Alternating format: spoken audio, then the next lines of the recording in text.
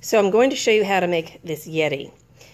And he's pretty simple to make. This time what I'm doing, I've got the purple background with a pillow behind him right now so that you can see him better. I'm going to show you the materials I used to put this much of him together so far, and then show you how to assemble the arms, and I'm going to paint one of his hands and one of his feet. So let's get started.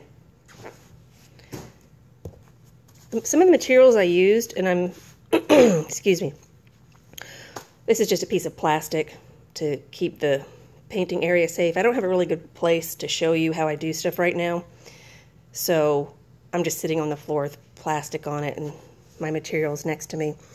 Normally I sit at a desk, but it's just got so much stuff around it, too hard to deal with. So, the first thing I started with, for his belly I used a wooden block. His head I used one of these round blocks, this one here. I had another idea, which is why he's in various shades of yellow and red and orange. Not sure if I'm going to keep this one going. If I do, I'll show you what it looks like when it's done. But it might just become another Yetti. Simple materials. The other thing I used, aluminum wire, and I've already shaped his little hand, as you can see.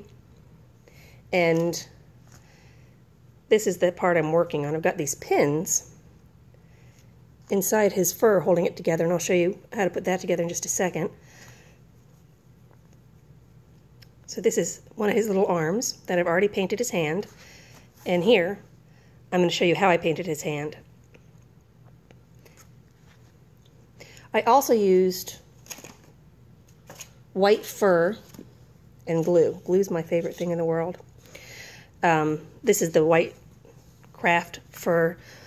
What I like to notice is that the fur lays one direction. You can look at it at the back here, and if you go the opposite direction, you can kind of separate it to, so that you don't, when you cut the fur, you're not making a big mess. I recommend separating it nice and neatly so you maintain as much fur as possible.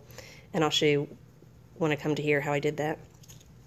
So here we have one little arm, and it's bendy, the wire. And I drilled a hole. I had originally drilled a hole in the block before I put his fur on him, but then of course I covered that up and I couldn't see it. So I had to go back through and drill another hole. Ta-da! I just used the Dremel again. I cleared away as much fur as I could, poked the Dremel through, burned up a little bit of the fur, but you won't be able to see it once he's all glued together. I want my Yetti to have his arms up like this. And also the seam where I glued him together, I put at the top, because that way if people touch him, they'll feel the nice soft part here. They won't feel the seam of where the glue came together. So I'm going to end up putting the piece of wire inside, and I haven't put any glue on it yet, because when I put glue on it, that won't happen. And with this wire, because it's aluminum, it's still bendy, but I know I want to keep his arm up. And I want to make him look like he's, he's coming at you, but he's a happy coming at you. And I also painted this little foot so you could see what I originally started with. This here is just, well, it's wire underneath, just like I did his hand, a wire frame. I covered it in glue, and then I put green tape on it, painter's tape, and then I covered that in glue so it wouldn't come apart. Now, it's not pretty, and I really didn't care, so to speak, how much of a great job it looked like, because I knew I was going to be painting it. And plus, he's just my prototype. When I make things and I'm starting something new, I don't necessarily know how I'm going to put it together. So it's a little sloppy, but that's okay, because, like I said, it was a learning process for me. So, and once the paint's on it, not too bad. So here we have it. We're going to add some glue to his arm. First, I want to make sure that the wire is exposed to go into his little arm hole that I drilled in. right there. And I'm going to make sure that that's going to work. And it does. And I still have allergies. And I owe you an octopus video. I am not done with it. I have a third octopus video to put together, and I haven't forgotten, but I kind of got caught up with some more ideas for my mask. And so the third video I do will finally show all of it. It's not like it's not that complicated. It just, I get distracted. So here we go. I added a bunch of glue to his arm, and I'm going to now insert it. And it's okay that it gets outside the arm, because we're going to push the fur down on top of it. I'm going to try to wipe away any excess glue so it doesn't make them all gooey. But I'm going to hold that there for a few minutes. So I'm going to turn this video off for now, and then come back once this is a little more dry, and I'll show you how to paint his feet. Alright, so here's Mr. Yetti that I'm making, because everybody needs a Yetti. And he's super simple. With his wire legs and stuff, he can bend and he can move. And he can stand. Oh, there you go. Well, he can stand. He's not balanced yet because he doesn't have his other arm. So, how we painted his arm. The first thing I did, I covered the aluminum wire that I have here. I dipped it in glue a few times so that it wouldn't be quite so wiry, and it would come out just a little bit smoother. Now, I don't mind if it's bumpy. He's a Yetti. He's going to have bumps. I'll show you here for what you can see. There, you can kind of see the top of his hand here. It's a little lumpy, but that's okay because, no one's totally smooth. So, what I did first was take white acrylic paint. I'm just using the end of an egg carton here just because this is really messy and I like having stuff that I can get rid of after I've used it. And I take some white paint and I take a paintbrush. I'll use this one, which is just a flat paintbrush. And I'm going to do two different things. I'm going to show you how I painted his foot, and this is layering. What I should have done is what I'm going to do with his hand. His hand, as you can see, I did not cover it up with the fur yet, so it's going to be really easy to paint this, whereas his foot,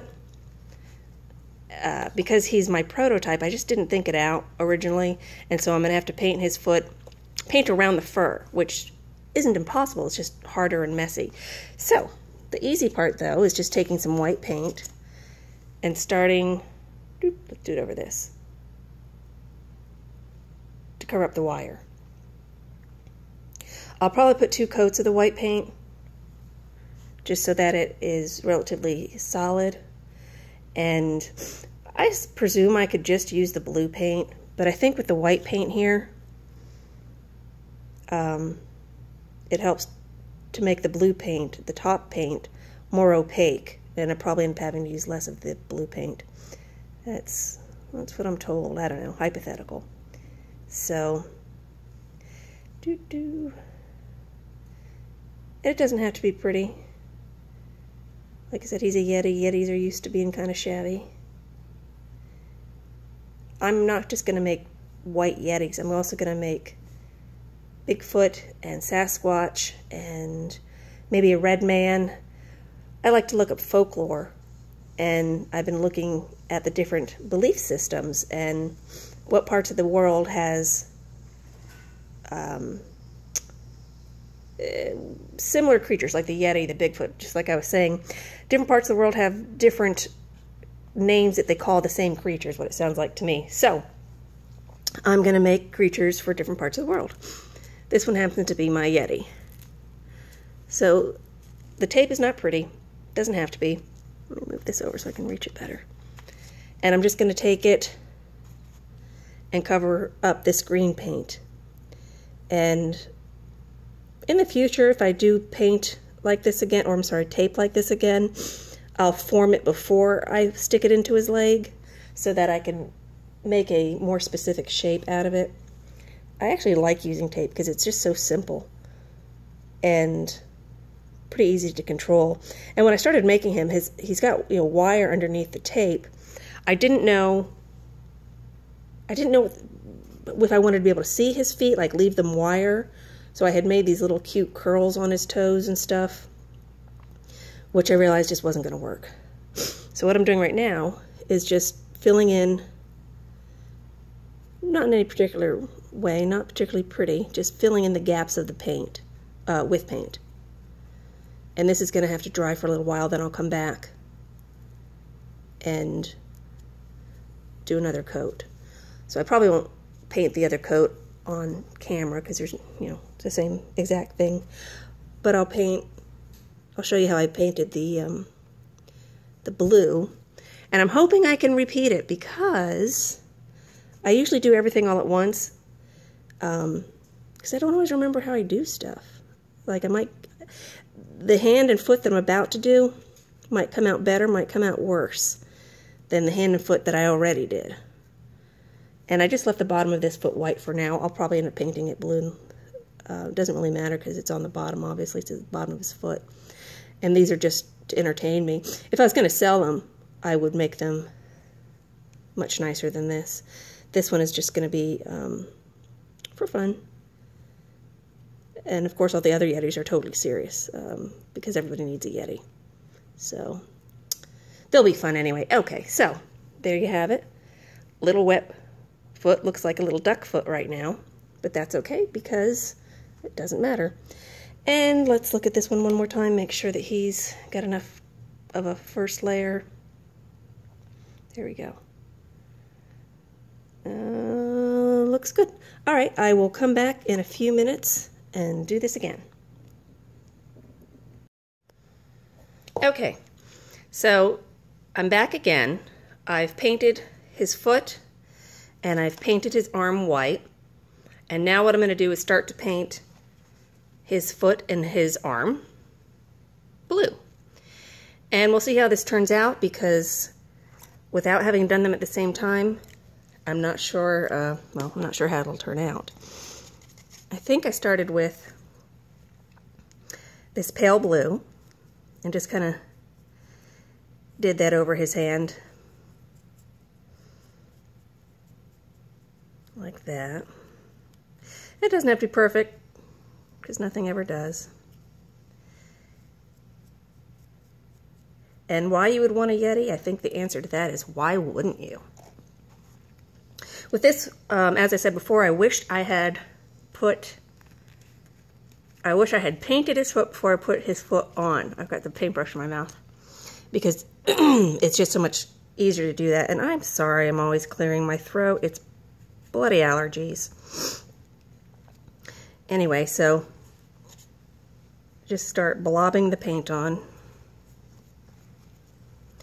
And the ones that I think I make, or that I'll make that I'm going to sell, like I said, they're going to be not so sloppy. They'll be put together much more, you know, well, less sloppy.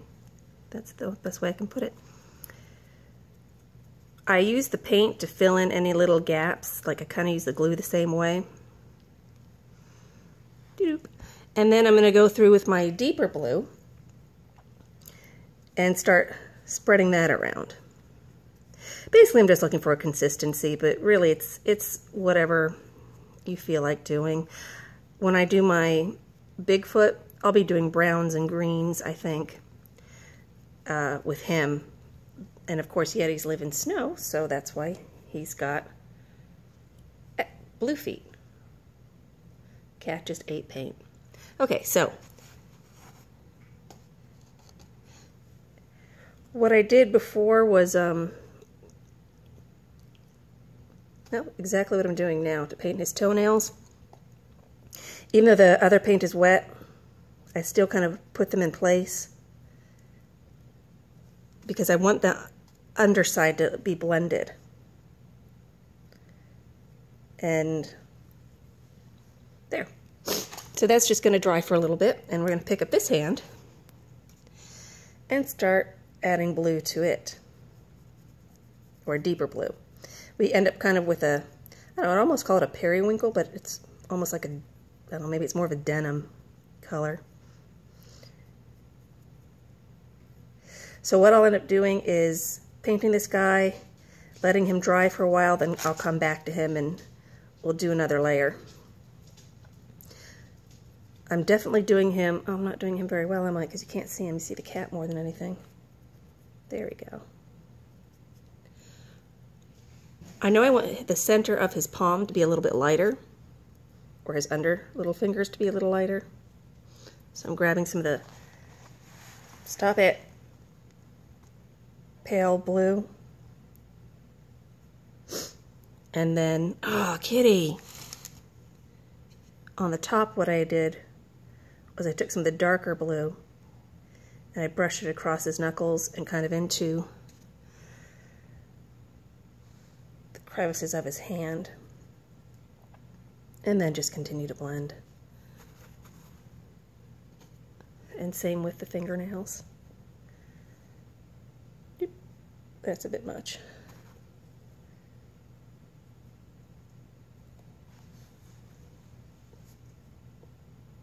And these don't have to be perfect because we go back through it with more paint. And one of the things I do to thin out his little fingernails is just come back with a little bit of the deeper paint. There we go. Oh, now I can see the fuzz in it. I haven't figured out how to look at stuff yet. I just screwed that all up. That's okay.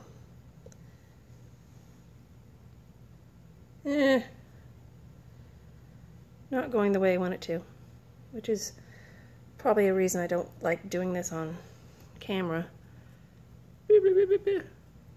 Let's just screw that up. It's pretty. Not what I want, but it's pretty. Alright, let me let this dry for a while, otherwise I'll be doing this for the next 15 minutes. Basic idea. Come on, focus. Focus. Pet the kitty. Alright, I'm going to pause this and then come back.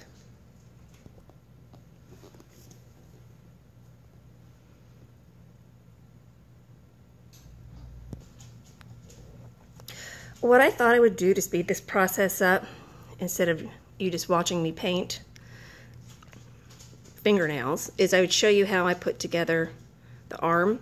And he's pretty much dry. He's not done, but he's pretty much dry. And what I did was I took craft fur, and notice how the fur can go either straight down or you can make it fluffy. For this, what I do is I choose the direction that I want the fur to be sticking up, and I like it where the fur is kind of fluffy, like if you look around his face.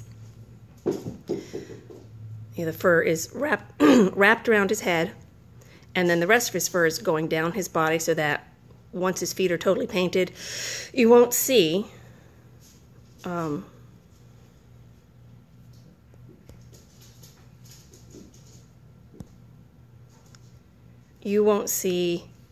any places that aren't painted.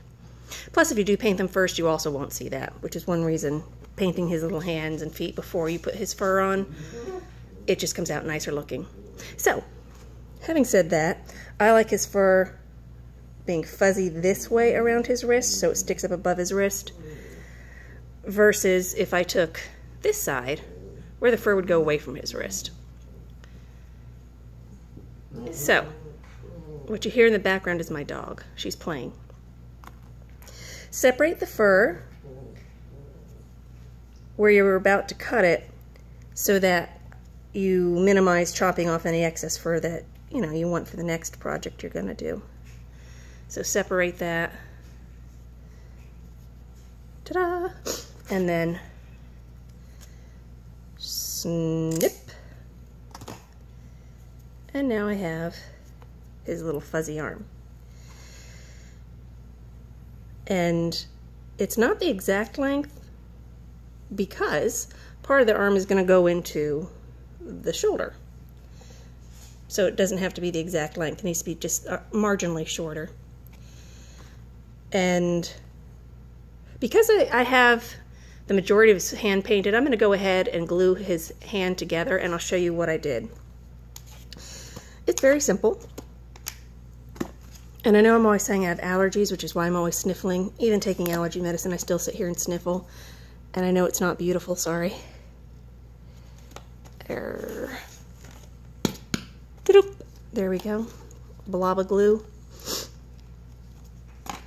And then I just took the back of my paintbrush along with my fur, and I paint either side, or glue either side of it. Just going down either side.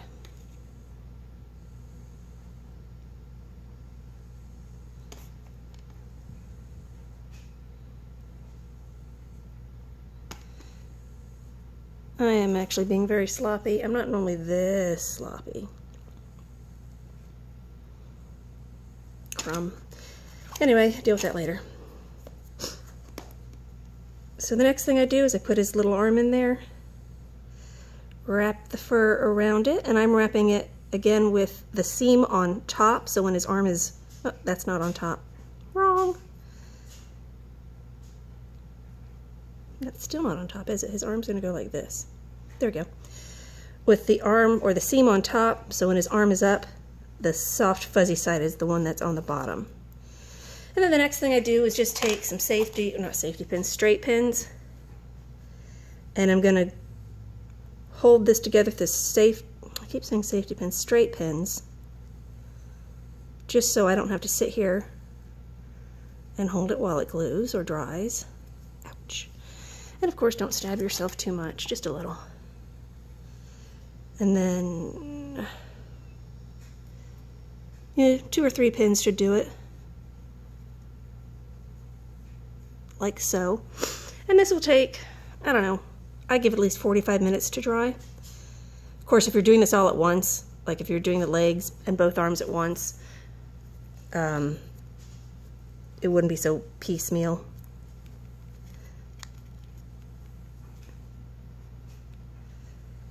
And his arm will go in like that.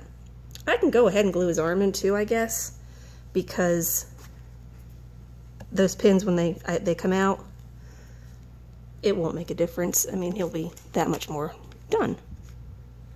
All right.